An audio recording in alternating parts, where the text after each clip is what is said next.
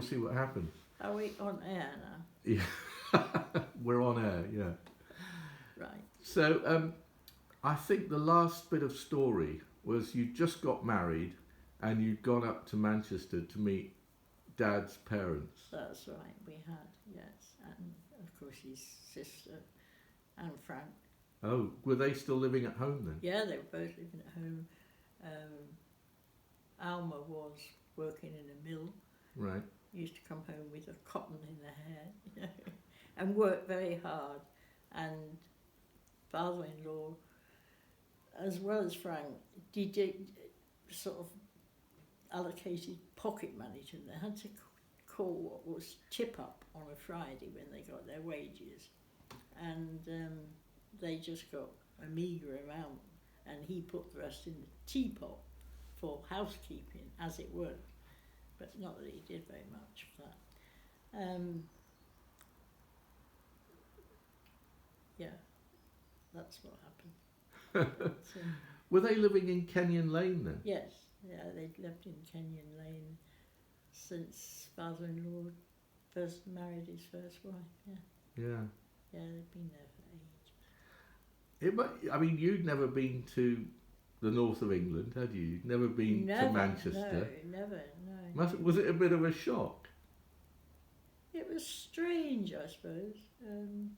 People were very, very friendly to me anyway, because Frank just wanted me to introduce everyone as our art's wife.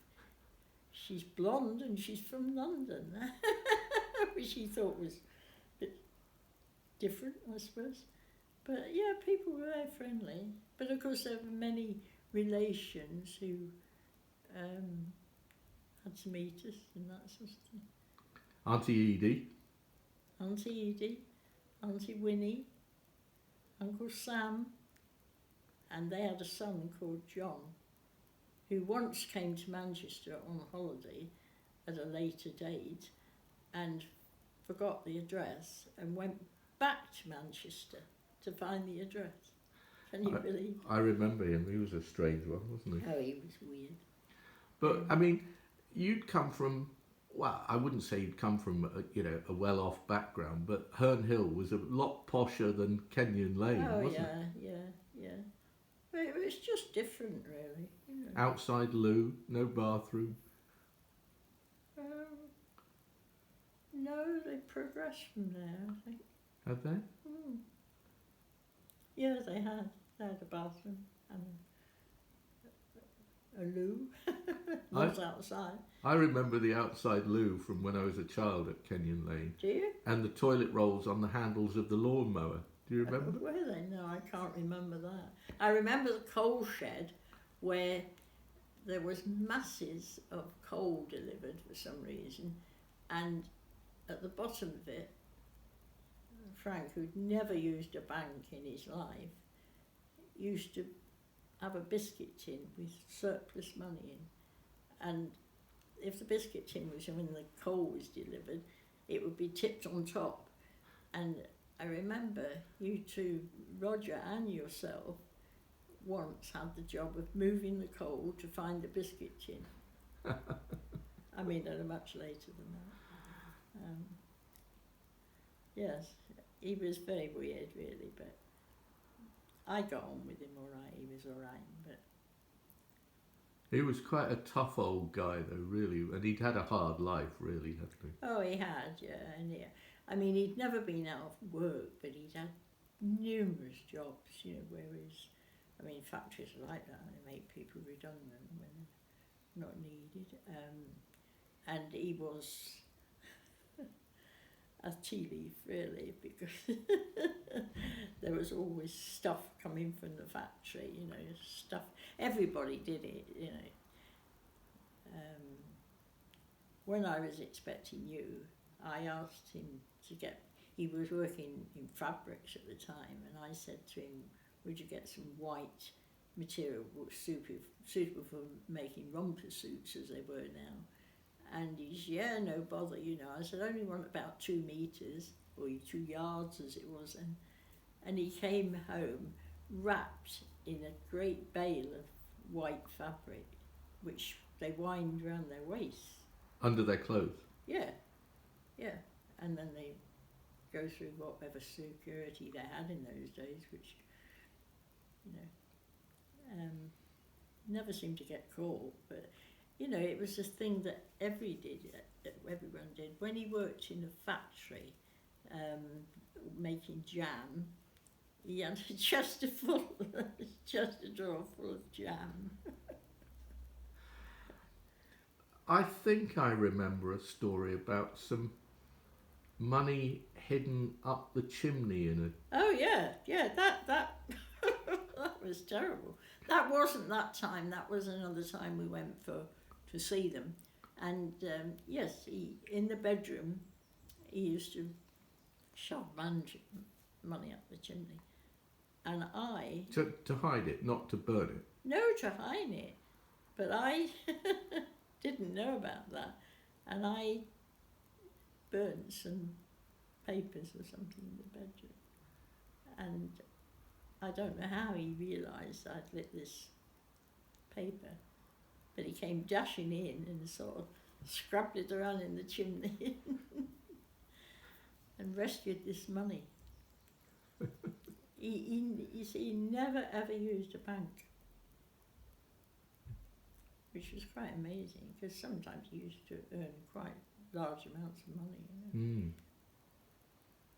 Yeah, it must have been. And I mean, did Dad take you to places like Tom Club and the pub over the road? Oh yeah, we had to go, when we first went up there, we had to go do the rounds. We went to Blackpool, of course, and Morecambe and Tom Club, where he was a big noise really, and had been for quite a long time.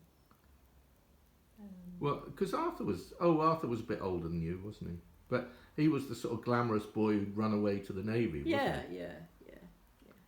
And he quite liked going back as the big local hero. I think he did really, yeah. He was made quite a lot of fuss of by people, you know. Maybe it's because there was little movement at that time, you know. People didn't travel like they used to, so it was quite a novelty for someone to come from the south of England. Yeah. And of course he'd been abroad with the Navy, he'd been to Africa and... Oh, he'd been all over the place, yeah, really. Yeah. But how did he get on with Alma and Frank? Because later in life they sort of fell out a bit, didn't they? Well, it was a novelty to see them, I suppose, again, because he hadn't been home for quite a long time. Yeah. They were, I mean, we weren't there long that time. I mean, we consequently went up to see them when you children were born, because he wanted to see you and that sort of thing. He used to come down to us on holiday. Yeah, I remember him coming to Plymouth on the Yellow Ways coach. Yeah, he loved to come down. He thought it was a real novelty to come south, you know. But the year after you got married, or not long after you got married, when you were expecting me, didn't you go to live up there? I did, yeah. Only for 5 weeks I went. You were about a year old, I think, and your dad was going to sea, I think, for some reason. He was going to be away for a while, and we were in the middle of trying to get what they called a married quarter then, you know, and it wasn't going to be ready, and so that's right, where we live in then was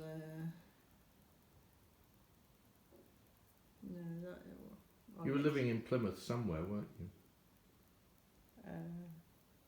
In Stoke, yeah. Yes, in a married quarter, and the people who owned it were coming back, and they were coming sooner than we were moving. So you went up to Manchester to stay for a few weeks, a month or so. Yeah. Yeah.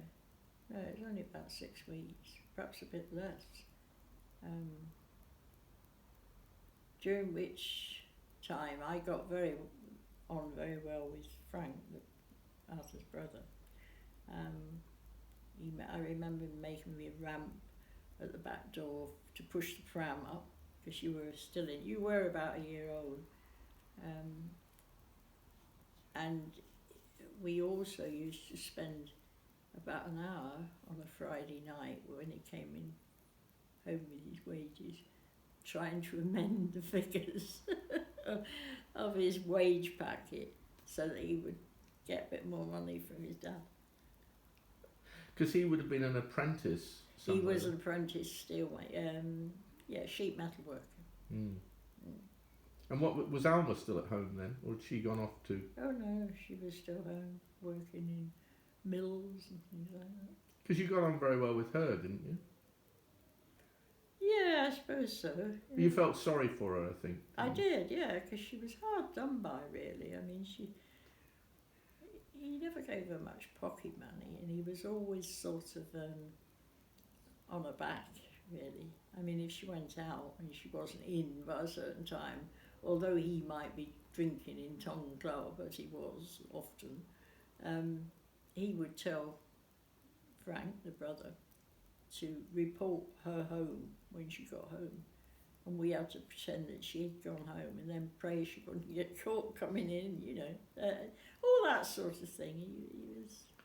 But being, bear in mind it was 60-something years ago, and being the only girl, was she expected to keep house for them as well? No, she didn't do much. She was lazy little monkey.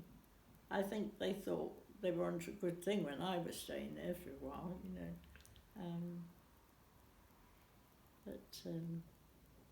no, it's a bit chaotic, really. Because they had their, they'd lost their mother very young, hadn't they? Yeah. As you have. Your dad was only 6, I think, when she died. So they were even, they were, Frank and Alma were from the same mother as Arthur, weren't they? But they must have been very young when she died. Yeah, I suppose so, yeah. And then the grandmother lived with them. Oh, did you ever meet her? Right, once. She was a bit of a witch. But I think she was good to them, This was Frank's mother. Not Uncle Frank, but Grandad Frank. The mother's mother. Oh, the mother's mother, the one that died. Yeah. And then wasn't there a second wife? A stepmother? Or was Alma? Yeah. Before Edna, wasn't there a second wife? Yeah, there was, yeah. I mean, I never knew her or anything like that. But your dad was quite fond of her, and it was her that they fell out about. Oh. I don't know the history of it at all. You and mean? That's when he joined the Navy, or went. Oh, right. But it was something to do with the stepmother. Right. Not because he didn't get on with her, but because he fell out with his dad about the stepmother. He was quite fond of her, really. Yeah, because he was a bit young, he lied about his age, didn't he? Boy seaman, yeah. Yeah, but he was even too young for that, wasn't he? I think he joined... I think he amended his age a bit, but of course you could do that without anybody really. Yeah, in wartime they weren't going to ask too many questions. It wasn't wartime. Wasn't it? I think he joined in 44, because I've seen his service records. I think he joined just before the end of the war. Yeah. Yeah, probably. I don't know too much about that part of it. No. Well, so you were a bit of a pioneer up in Manchester. They hadn't seen many like you. You were exotic. Oh, I was very different, yeah. Did they think you were a bit posh? Oh, very posh. Yes.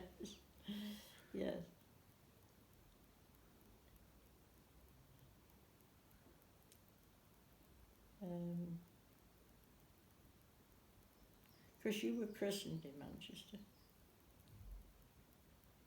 Oh, right, at the church in Middleton. Mm.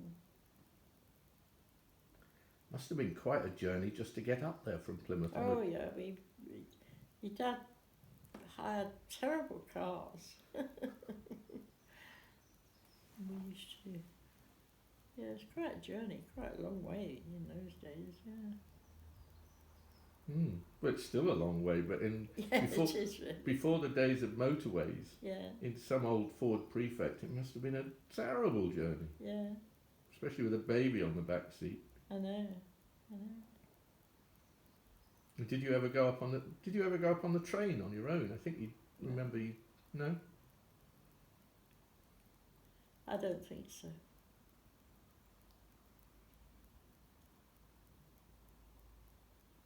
I thought I remembered you telling me some story about when I think you had Kerry as well, and you were on the train to Manchester, and I was about 3, maybe 4, and got looked after by a load of sailors. And Oh no, that was when we were being stationed in Malta, and we went. Well, Roger as well. He was only a year old, and Kerry and you, and yeah, it was. We were going from Plymouth to London to join up the rest of the service rights to fly to Malta, which was via the RAF. And but it's quite a journey to Plymouth, and I had Roger as a year old and Kerry 2 and you wanted to go to the toilet, and there was a sailor in the carriage, and he said, oh, stay there, I'll take him, and he said, it's quite all right, I'll bring him back. I said, well, I hope you will. And anyway, he took you, he came back and he said, I'm taking him into the Buffy car for a little while. Is that all right? I said, yes, okay, And you were gone an awful long time, so I had to pick Roger up and get Kerry and go to this Buffy car, and you were sitting on the bar eating all sorts of crisps and things like that, But the train had stopped for a while, and I thought perhaps he's tried to come back to us and he's got off the train or something. I was frantic, and that's why I went to the Buffy car to try and find you.